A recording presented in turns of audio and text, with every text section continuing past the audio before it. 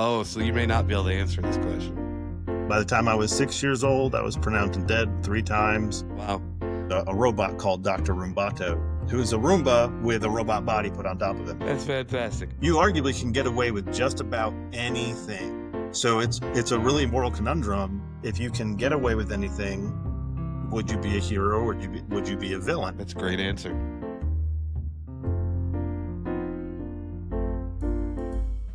Welcome to Talking Comics. This will be episode 11. We're still pretty, young, but we're starting. So I appreciate you giving us, some time. Okay. So we have Chris Sahloff with us today. Can you give us some background? How'd you get into this? So, I was playing D&D with my friends, and we were having a lot of fun. So I started drawing the campaign into a comic book, and then one of the guys was like, "Well, you need a colorist. You need to go to Kickstarter." And I was like, "What's Kickstarter?" And he was like, "Oh, it's this place. You just put stuff up there, and people send you money." And that's literally how it was explained to me. Was you post it and they will come. That wasn't the case the first time. So I had no idea what I was doing, and it was not that easy. But now, we're 5 years in. I've done 10 crowdfunding campaigns, 9 books. So, I figured it out as I went along. And now here we are. The comic is called Crit, Constantly Running into Trouble. And it is 100% written using tabletop gaming, Dungeons and Dragons, a homebrewed version of it. In the superhero version. So it's a modern Arthurian tale with superheroes. I was able to read a little bit of Zero and issue 1. Jeff sent me a couple of them over. So I was able to read issue 1 there. I loved it. The artwork was fantastic. And I'd love to go into, in a few minutes, the art and the process. But first off, I just want to do so I've done a couple interviews so far, and I just like doing some generic comic questions first, and then we'll jump into the actual comic and creation and all that stuff. Is that okay with you? Yeah, good. So cool. Some of the questions I asked, who was the first superhero or comic character? Your first favorite? First superhero that was my favorite would have been Mighty Mouse or Banana Man. Cartoons when I was a young child. That got me into superheroes, and then Batman carried through even till now. Spawn, those things. But if I go back to my really, really early childhood, I remember running around the house singing the Banana Man song. So, I forgot all about Mighty Mouse until you just brought that up. yep. Because I remember now as a kid, I used to love that show. I forgot all about that show. Oh yeah, it was one of my favorites. Yeah, that's amazing. I love that. I have to write it down. I'm gonna have to show my kids that.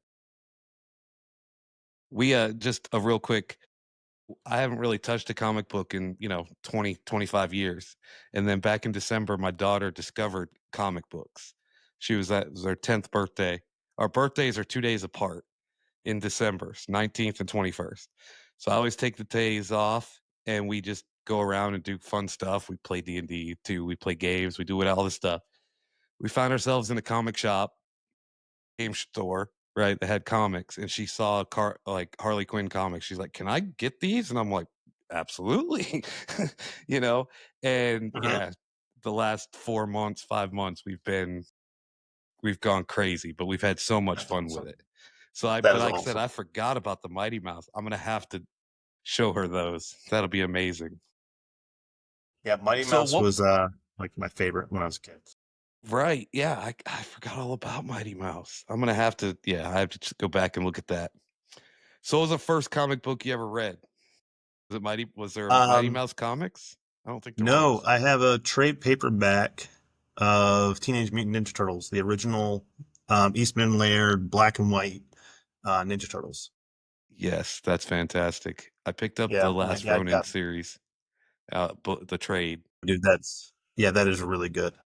So we're leaving on a trip tomorrow. We're gonna be gone a couple weeks. We're gonna do these from the road, but I picked up that book to read on the way or on the trip, so I'm looking forward to that. All right, if you could live in any comic book universe, which one would it be? Oh, pretty bad. Everything's always happening. Do I have superpowers or do I not? Well, that's the next question, actually. So we'll come back to it. So if you could have any superpower, what would it be? And then we'll say you have that superpower in the universe. Invisibility. Okay, There's invisibility. That's a new answer. superpowers that I think are A, the most useful, and B, the most dangerous, and that's invisibility and shape changing. Okay, They're the that's a new most answer. morally ambiguous ones you can find. So you have to think about it. If you're invisible, or if you're able to go invisible, or if you're able to shapeshift, you arguably can get away with just about anything. So it's a really it's like a moral conundrum. If you can get away with anything, would you be a hero, or would you be a villain? You know, that's why I always like picking those two, because I think it'd be interesting to see what would happen. So I would go That's invisibility. fantastic. I love that. All right, so which universe would you live in with invisibility? Probably Teenage Mutant Ninja Turtles, because there's a lot of really cool mutants in that one, and I really like the Mousers. Those are cool. And it's just a bunch of ninjas. So like if I go invisible, I'm fine. It's not like every other week some alien from another planet is about to take over and kill everyone, like Invincible and Superman. You know what I mean? Like Right. no one wants to live in DC universe because they can't even clean up Gotham. Yeah, like yeah, no, no. My daughter of course, picked DC just because she likes Harley Quinn, but whatever. But yeah, I mean, sure, that, like I love the stories in those universes, but living in there is just like a total night. Like imagine living in Marvel. You have New York, which has the most superheroes, yet every other day it's getting ripped apart. Like my Yeah, how many insurance bills just times to live there are going to be insane. right. How many times has it So just at been least in destroyed? right in Teenage Mutant Ninja Turtles, I don't have to worry about my insurance rates. I don't have to worry about the world getting blown up. I can live a normal life, and I can just go invisible whenever I don't like what's going on. Hey, that's perfect answer. Well, that's kind of the next question. Which comic book character would you want as your sidekick? Let's see. That's a good one. Um, have to be somebody. You know what? Plastic Man. Because Plastic he can Man. go. I love it. He's either a good guy or a bad guy, and his powers are pretty cool. And I've seen him go through somebody by going to their nose, so that's kind of cool. That's fantastic. All right, last one on this topic. If your life were a comic book, what would the title be? And maybe because you're a creator, it's Crit. I don't know. It wouldn't be crit. Crash Test Dummies. Crash Test Dummies. I love that. That's what I was called as a kid. By the time I was 6 years old, I was pronounced dead 3 times. By the time I was 12, I had been hit by a car once. I got, I had a bike accident, another bike accident where I used to race BMX, and I was training, and I jumped off of um, side of a cliff. Really, it was a cliff. It was like a 30-foot drop. Um, but I didn't know it was a 30-foot drop. I thought it was more like a 10-foot drop. And I missed the ramp we had built, and I clipped a tree. The bike was in the tree. I landed on the ground. The bike fell off the tree onto me. Um, you know, and that's just by age 12. By age 35, I was fighting for my life twice. And yeah, so yeah, I would say Crash Test Dummies. Yeah, let's not write that comic. No, my friends call me Gee. Winchester because I have more lives than anyone. Right. Hey, that's okay. I'm As long like as you're walking still alive. around with a resurrection spell in my back pocket. I love that. When'd you start playing D&D? What age? 26, 27. Yeah, see, I started late I like was that like, too. I was real late to it. I was probably in my 30s actually when I started playing, but I I was fell in working love at with it. GameStop, and a bunch of the guys asked me to play. And I was like, I'm nerdy, but not that nerdy. And then we played, and I really enjoyed it. Yeah, I got a lot of those friends too. They're like, you play D&D? No, no, no, that's not me." And then they play it. They're like, "Oh, okay." It's actually a lot of fun. So was that the initial inspiration?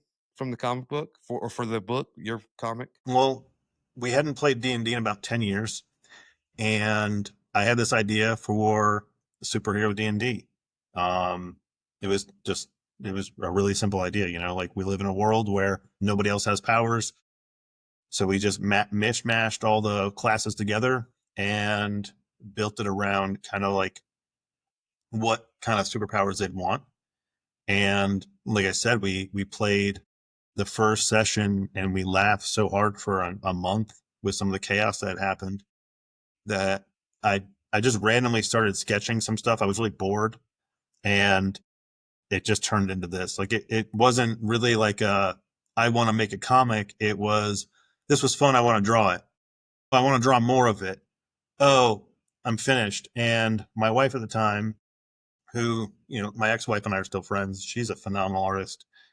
Um, we had been married for 4 years at this point, best friends for like 11 before we even got married. So I'd known her for 15 years. And I handed her the comic, and she scrolled through it, and she handed it back and said, "It's okay," and went back to watching TV. So the next day I bought an iPad and I bought a bunch of classes on how to draw comic books. And then everything I drew, I brought to her and she ripped apart.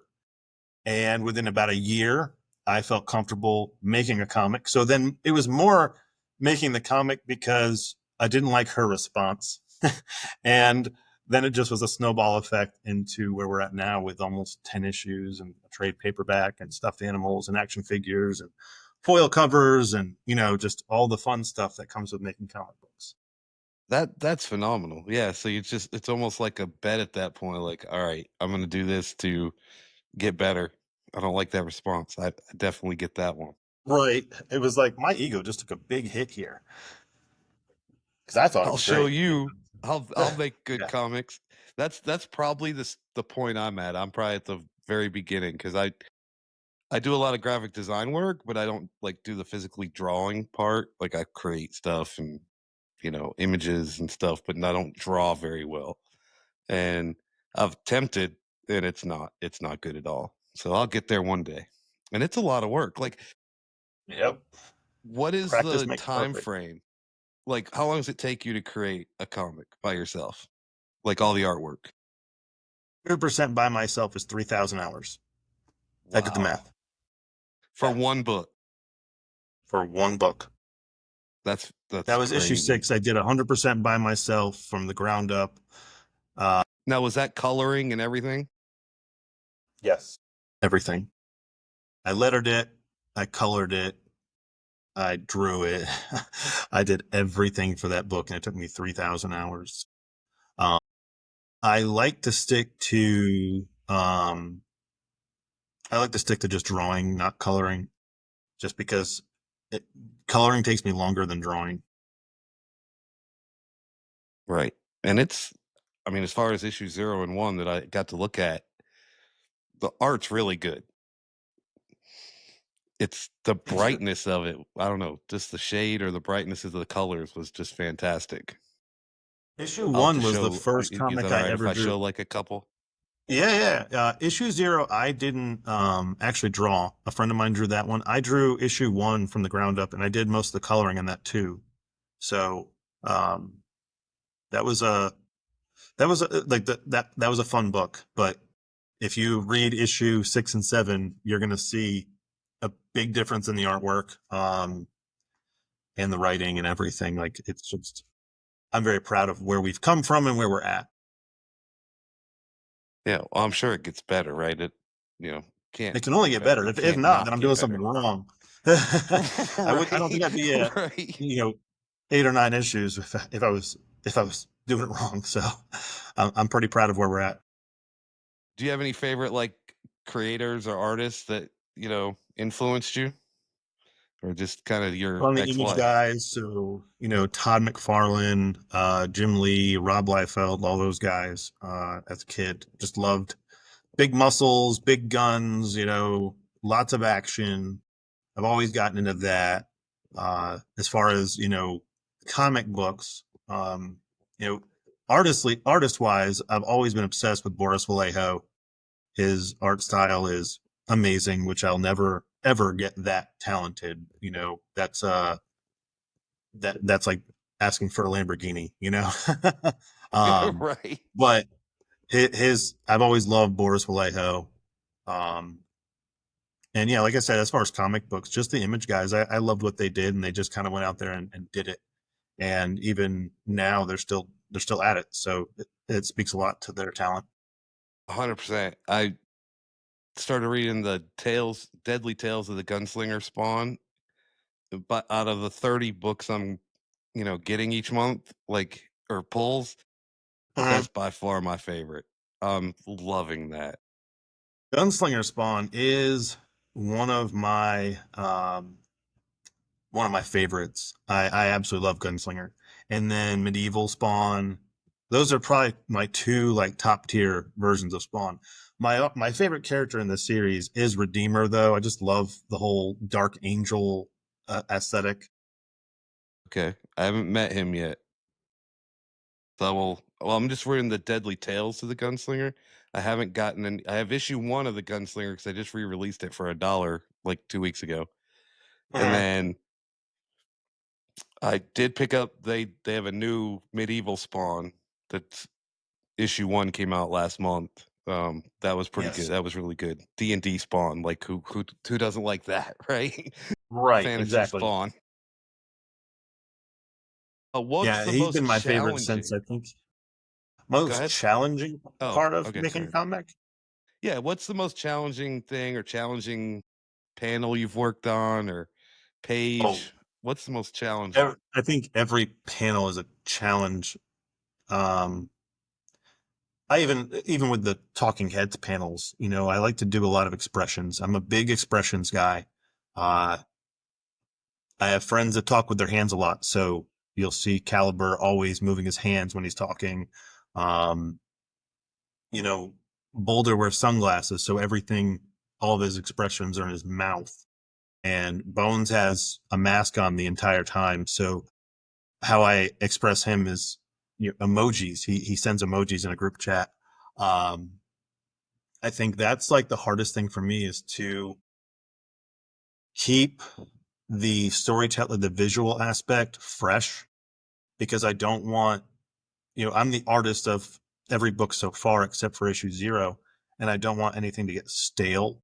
And I pick up a lot of books, especially when it's the same artist, and a lot of stuff just transfers from book to book. It's the same pose, it's the same this, and I get it because they're on a timeline. So they're just, and sometimes I'll do that where I have like, I need the same pose and I'll grab it and I'll copy it over, change the face a bit, but I always want to make it different in a way that it pops a little bit differently um, than before because I just never want my art style to get stale. So I think that's the challenging part is pushing myself to be better every book because people are coming back every time. It's like a basketball game or a football game. These people come to see you play every time. You want to give your best every single game, and that's how I feel about Right. every book. That's fantastic. That's a great answer. All right. How'd you break into this? Like how'd you start doing the comic? Oh God. Well, I told you at the beginning, with my wife at the time, my ex-wife, ripping me apart. Um, and then, you know, um, so I had this book pretty much done. I didn't color it though. I'd put some flat colors down, and a friend of mine was going to come in and do the rest. But he had twins, and it was COVID, and that's chaos. So he was like, "Hey, dude, I can't help you." So I started looking out for other colorists, and I found someone. It was about $500 they wanted to color the whole book, which was cheap, you know. And I didn't have $500 though because I was broke and COVID bonus money hadn't come into effect yet. So I asked my wife. I was like, "What do I do?" Didn't know what to do. Friend of mine, one of the players said, "Go to Kickstarter." Like I said, if you post it, they will come. I didn't have an Instagram. I made one during the campaign. I did all my research and everything said you want to ask for like $2,000. You want to have a T-shirt. You want to have all these things. So I did that. I didn't need $2,000. We raised, I think, 600 or 700 bucks, 30 backers, and that's with zero promotion or anything. So I wasn't unhappy at the end when I realized, what Kickstarter really was. but we didn't get the money. So I was pretty bummed. But a friend of mine, like a day or two after the campaign ended, um, a friend of mine was like, "Hey, what's this comic book thing you're doing?" And I told him, and he's like, "Well, how much do you need?" And I'm like, "I just need $500. You know, I didn't really need a lot. My Kickstarter failed because I asked for too much money." And he's like, "Well, I got into marijuana fields real early, and I've known you for a long time, and everything you do well." He goes, "I'm sitting on my private jet right now, so I think I can spare $500." So he just sent me $500 on Facebook. Like literally, I didn't even know that was a thing you could do. And it's like, you have $500. And I was like, what? So, um, I got the book colored and I put it on my website, and I was just selling it for like $5, you know. Um, my first order. Now it's funny, no one wanted to go to the Kickstarter because no one knew what Kickstarter was, but I put it on my website, and I sold 150 copies of the book. So, I used all that money from the printing and getting it done, and I contacted all the backers on the Kickstarter, and I said, "Hey, the book was independently funded. I'm going to send you a copy." And so I gave all 30 people that backed issue one a copy of the book. I even paid for shipping over to Australia and Europe. I spent up my own money on that because we never collected anything. And that's that was just the first book. And then a month later, everyone's like, "Where's book two?" And I was like, "Oh crap. Now it's a thing. I got to do it." Yeah, you're not spitting them out once a month? Come on now. Yeah, everyone's like, "Where's issue two?" And I'm like, "What do you mean issue two? There's just one issue. Like, that's all I want to do is make a comic book and move on." And they Right. were like, "Well, I want to know more about the story." And I'm like, "Oh, crap." So here I am, we got 42 issues to do. So, Wow. I mean, I will say if I read issue 1 knowing there wasn't another one, or not knowing if there was another one, I'd probably want another one too, because it does leave you hanging at the end of issue 1. yeah, I'm a Saturday morning cartoon fan. You Right. got to leave it hanging. Yep. Um, that was the thing. That's fantastic. Is there anybody you dream to collaborate with, like a writer, famous, maybe the Image guys? Well, I'd love to get any of them to do something for Chris. I met Jim Lee last year. He actually signed a selfie on my phone with my stylus. So this pen right here was officially used by Jim Lee. That's Um, cool. I've met Rob Liefeld. I met Todd McFarlane when I was a kid. As far as like people I'd want to collaborate with, um, that's a good one. And of course, now the name is going to fail me, but the artist for Spawn right now, Yeah. I don't have one with me here in it's this office. I don't have one. not Greg Capullo. I mean, I'd love to work with Greg Capullo, but that's just, you know, um, I have his name on the tip of my tongue, and he's been around for a long time. But I love, he's one of the artists I've always loved. Um, where are we? Spawn. Oh, jeez. He was doing Gunslinger Spawn #1. I know that. I'll just look that up. And I'm gonna shoot myself in the foot for it says. Yeah, Bear with me for just a moment. Now I'm gonna. that It's actually it's no. came up. Oh, it's fine. Like, cause it came up a couple episodes ago. Somebody asked me like who my favorite artist was or favorite letterer, and I'm like, oh God, like I don't even know. Like, I've done a horrible job, even though I've read 160 comics this year. I have a goal of reading one a day this year. I've done a horrible job of looking at like who the authors and artists are. I need to do a better job at that. I'm in here. Let's see. Of Did I course, did I I'm lose you? using my phone's internet for this, and it's not Yep, not there liking you it. are. Brett Booth. There we go. Thank you. I froze for a second because I was using my phone to to figure out, and my phone is Ah, powering my laptop. Yeah, Brett Booth. There you go. gotcha. I'd love to work with him. His artwork is very reminiscent of the '90s because he was like a '90s, early 2000s artist, and He has good composition with all of his panels. His anatomy is really solid, but it's loose enough to where it has like that action and that kind of like cartoony feel in some panels. So I love his stuff. Do you pull from D&D, like, in your world building? Like, is that how you build your world? My the world for Crit is modern America. The only difference is after Katrina, these big companies kind of came in and rebuilt Katrina using their own money and arguably to gain influence over the city. So, like the company Technetic that Crit originally works for, and the company that they're interviewing for in issue 0, when everything goes crazy, is my version of Apple. They're like the biggest tech company in the world. They have this phone called the Technetic One, and it's um, just they kind of bought influence in the city by saying, "Hey, we'll help you rebuild all your infrastructure and all this stuff." And so that's where the difference is in Crit. That 2005 through 7, when they were rebuilding and everything. That's where my timeline really jettisons off. Now there is some history because, like I just said, it's an Arthurian tale. So King Arthur is the first superhero, but he also eliminates all of magic and energy from this world in his timeline. So Crit reopens that in issue 0, and that's where the story kind of starts. That's awesome. Alright, couple more. Which character is your favorite Well, in that's your tough because they're all books? my friends. They're all my friends. Okay. Um, Oh, so you may not be able to answer this question.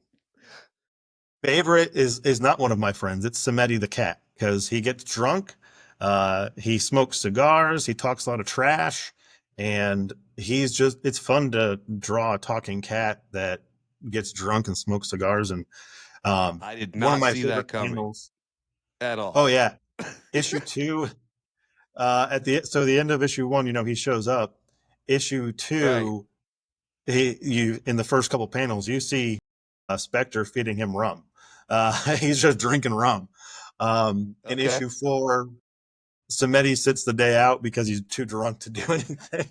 Uh, and then, in issue 7, I introduce it. In issue 5, I introduce Pan, who is a chameleon, and Archimedes, who's an owl. And they're all Geed in this book, which you'll find out later. They're essentially just like angels, like your guardian angel kind of characters. They're familiars in the D&D world, and so they they run the coffee shop that Crit eventually opens. And there's a panel where I introduce a robot called Dr. Roombato, who is a Roomba with a robot body put on top of him because Reach wants a robot.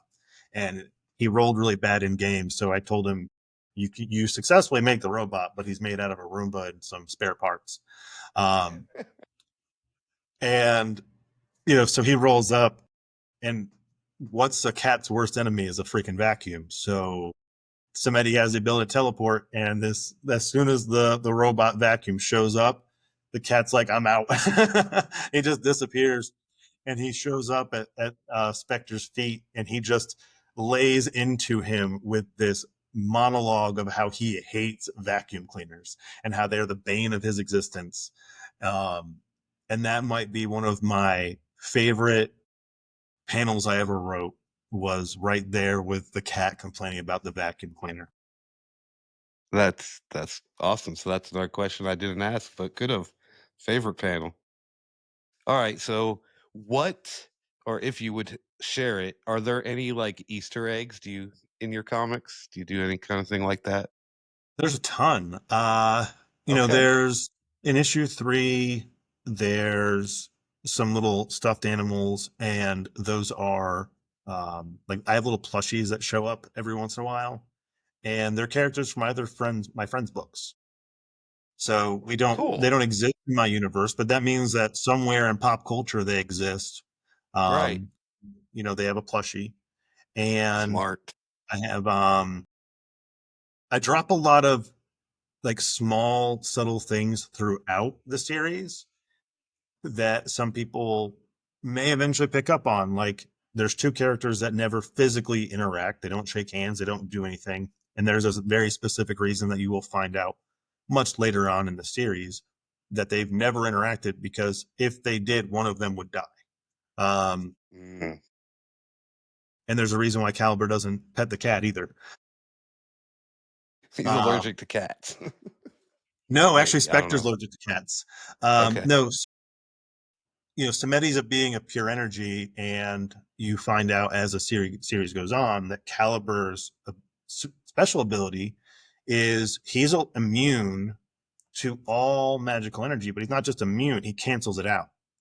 So, like if Spectre throws a fireball at him, it does absolutely nothing to him. But if he touches Samedi, Samedi will. We don't know what would happen to Samedi. He may cease to exist. He may go to another plane, but he wouldn't be where he's at because his powers would be nullified in his current form. So that's one thing I'll give away. Caliber never pets the cat because he doesn't want to kill the cat. Makes sense. He actually made that decision as a player. I was like, oh, Samedi's around, and Samedi knows what he is, because Samedi's been around for so long, and he is from another dimension, made of pure energy, and knows exactly. Well, I will say he doesn't know what Caliber is, but he doesn't see Caliber as we do. He sees them as a void in time and space. So he's like, I'm not touching that dude. Like there's something going on over there. I'm not going near him. He's worse than a vacuum cleaner. Uh, Right. That's so fantastic. that there's a lot of like subtlety about that, because with his power set being very unique, um, we never wanted to be heavy handed about it, because there's a lot of storytelling elements that go around his uniqueness, and um, it ties into later some of the villains that we bring in. And even in issue 3, we dropped a little like Easter egg of like, oh, I thought all the children were dead, or were gone. One of the villains, Zaka, says that, and all Caliber has to do to him, because Zaka is a being of pure energy too. Um, he's essentially a spirit and just takes over dead bodies. So when Caliber touches him, it kicks that he can't bond to that being anymore. Um, and Zaka knows, like, hey, like I thought all of you were dead, and so you find out there is other ones like him, but they're not around anymore. So there's that. There's an issue 3 as well. At the end, you see Reach sitting across the table from the detective from issue 1, and they're sharing some information, and you're like, well, what's that about? And issue 4, very similar. Reach is reaching out to him saying, hey, I've got like these two guys for you. So there's a lot of like little subtle things that we kind of put in the storytelling that do have payoffs later. I think the biggest one right That's now awesome. is the King Arthur book that is on Kickstarter right now. Is a lot of Easter eggs, a lot of subtle hints. It introduces King Arthur, the character, but doesn't tell you everything. Um, I like storytelling that introduces something but isn't heavy fisted with it, is very subtle, and allows it to flow. So our D&D campaign, because we've been playing for 15 years, um, the storytelling aspects of even our D&D campaign flow very nicely, and I wanted that to go into the comic book. That's awesome. That's so tell me about the Homebrewed Comics publishing. So Is Homebrewed that Comics, yours? Is that I'm the publisher, yes, which is a fun little title. My co-publisher, Drew Lenhart, he and I joined together last year. He ran Snowy Works. He still has it, but he only uses it for like novels, because he does a lot of novel work. Um, but him and we joined forces in January, rebranded as Homebrewed Comics. I originally was Homebrewed Heroes. We went with Homebrewed Comics, and then we brought on Dan Price with Bigfoot Knows Karate, and Dennis Valencia with The Celestial Knight. So it's all four of us now under the same, publishing umbrella. We have an Amazon. We're on Amazon. We're on Barnes and Noble. We're on our site. and we just signed a contract with Filbo Distribution, so we'll go into stores the end of the year. Right now, like I said, I have a Kickstarter going for Crit number 8, He Who Would Be King, which is my introduction of King Arthur.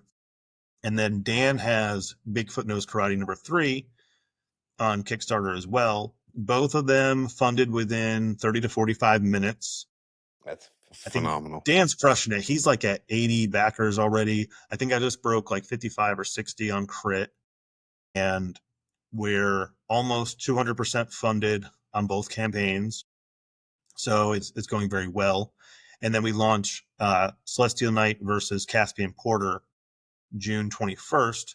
And the thing we're doing is if you back all 3 campaigns, so if you go right now, just go to homebrewedcomics.com and back Bigfoot and Crit, you'll get, when those physical copies come in October, you'll have a coupon for Crit, a coupon for Bigfoot. And then if you do, Celestial Knight versus Cassian Porter, you'll get the third one.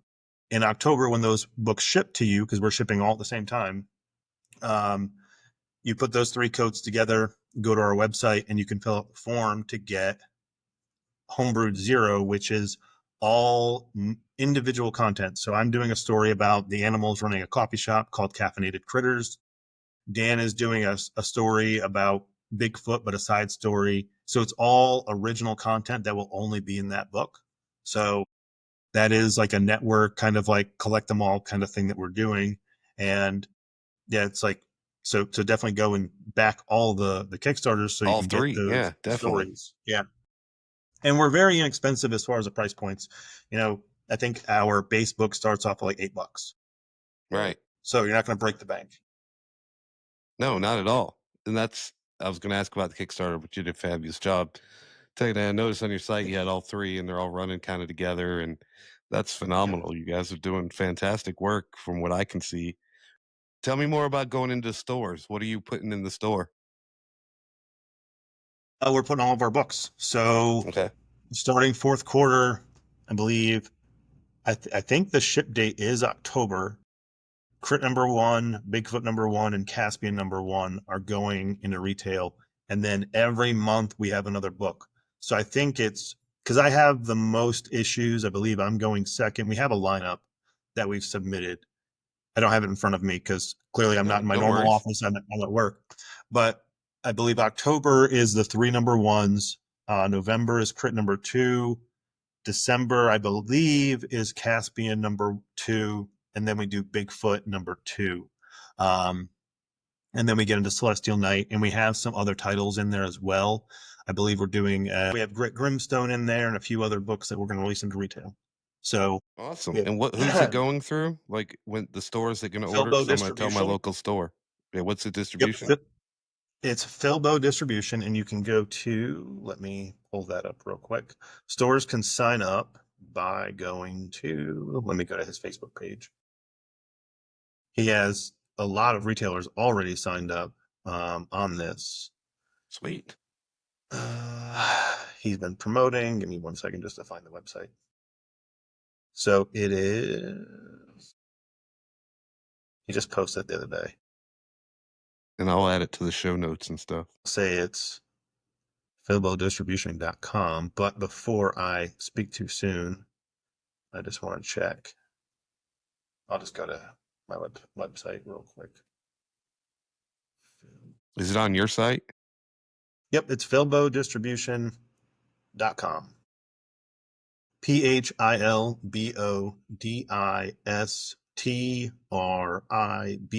PHILBODISTRIBUTION.com. Not believe I spelled all that correctly. If you knew me better, if you knew me personally, you would be shocked too.